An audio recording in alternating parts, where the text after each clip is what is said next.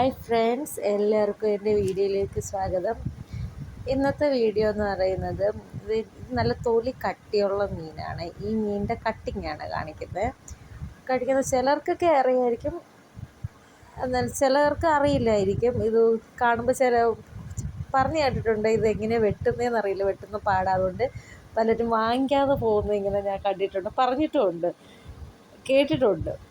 അപ്പം അതുകൊണ്ടാണ് ഞാൻ ഇങ്ങനെ ഒരെണ്ണം ചെയ്യാമെന്ന് വിചാരിച്ചേ.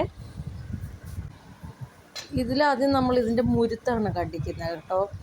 മുരുത്തെന്നാണ് ഇതിനെ ഇവിടെ ഞങ്ങളുടെ നാട്ടിലൊക്കെ ഈ മുരുത്തെന്നാണ് ഇതിനെ പറയുന്നത്. വേറെ എല്ലായിടും എന്തോ പറയുന്നതെന്ന് എനിക്കറിയത്തില്ല. ഇത് ഉണ്ണിമേരി എന്നാണ് ഈ മീനിൻ്റെ പേര്.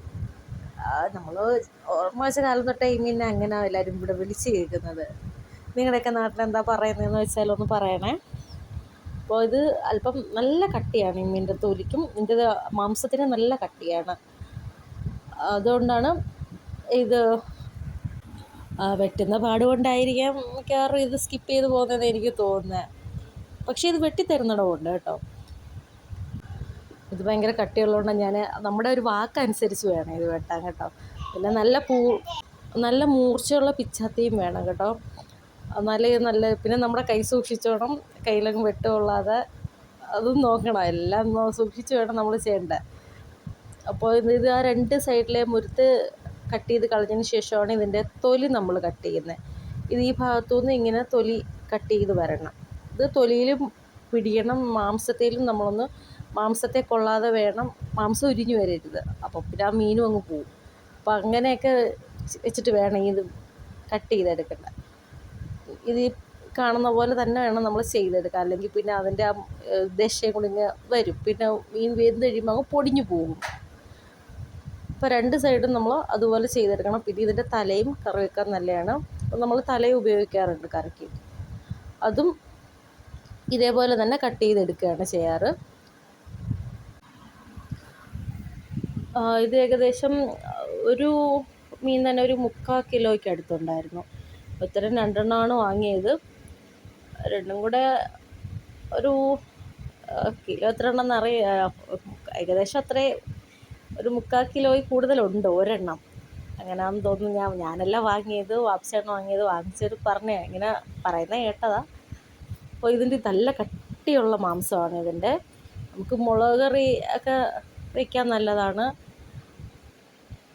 ചീനിയൊക്കെ ഉണ്ടെങ്കിൽ ചീനിയുടെ കൂടെ ചീനിയും വേവിച്ച് ഈ മീനും മുളക് കറി വയ്ക്കാൻ നല്ല ടേസ്റ്റാണ് കേട്ടോ. പിന്നെ ഇത് നമ്മൾ ഇത് കട്ട് ചെയ്ത് പീസാക്കുന്നത് ഇങ്ങനെയാണ്. ആദ്യമേ ഇതിൻ്റെ വാൽഭാഗം അതൊരു എത്ര വേണമെന്ന് വെച്ചാൽ അത്രയനുസരിച്ച് നമുക്ക് ആദ്യം അത് കട്ട് ചെയ്ത് മാറ്റിയിട്ട് പിന്നെ നമുക്ക് ഈ സെൻറ്ററിൽ കൂടെ ഇതേപോലെ നീളത്തിൽ വെച്ച് കട്ട് ചെയ്യണം. ഇത് അത്യാവശ്യം നല്ല വലിപ്പമുണ്ട്. വലിപ്പം എന്ന് വെച്ചാൽ നല്ല വീതിയുണ്ട് ഇതിന്. നീളം അത്ര ഇല്ലെങ്കിൽ നല്ല വീതിയുണ്ട്. അപ്പോൾ അങ്ങനെ വെച്ച് നീളത്തിൽ അതിൻ്റെ മുള്ളൊക്കെ ഉണ്ട്. മുള്ളൊക്കെ പറഞ്ഞു വന്നപ്പോൾ ഇതിന് അത്യാവശ്യം ഇത് വേറൊരു പിച്ചാത്തി ഞാനിപ്പോൾ എടുത്തത്. മുള്ളിന് നല്ല കട്ടിയുണ്ട്. അതുകൊണ്ടാണ് ഞാൻ വേറൊരു പിച്ചാത്തി വെച്ചാണ് ഇത് കട്ട് ചെയ്യുന്നത്. അപ്പോൾ ഇതേപോലെ നമ്മൾ കട്ട് ചെയ്തെടുത്താൽ മതി.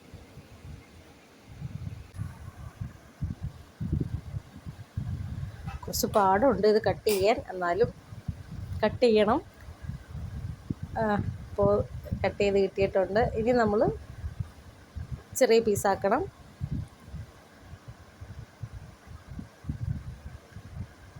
ഇത് പീസാക്കി എടുത്ത് വന്നപ്പോൾ ഇത്രയും മീനുകൾ ഇത്രയും പീസ് കിട്ടിയിട്ടുണ്ട്. ഇനി ഇത് കറി വയ്ക്കുക. അത് ഞാൻ വേറൊരു വീഡിയോയിൽ കാണിച്ചു തരാം. നല്ല ദശമുള്ള മീനാണ്, നല്ല ടേസ്റ്റുമാണ്. ഇപ്പോൾ നമ്മൾ കറി വയ്ക്കുകയാണെങ്കിൽ ഇന്ന് രാത്രിയിലൊക്കെ കറി വെച്ചാൽ രാവിലെ നമുക്ക് കഴിക്കാം. നല്ല ടേസ്റ്റാണേ. എൻ്റെ ചാനൽ സബ്സ്ക്രൈബ് ചെയ്യാൻ മറക്കല്ലേ. Thank you.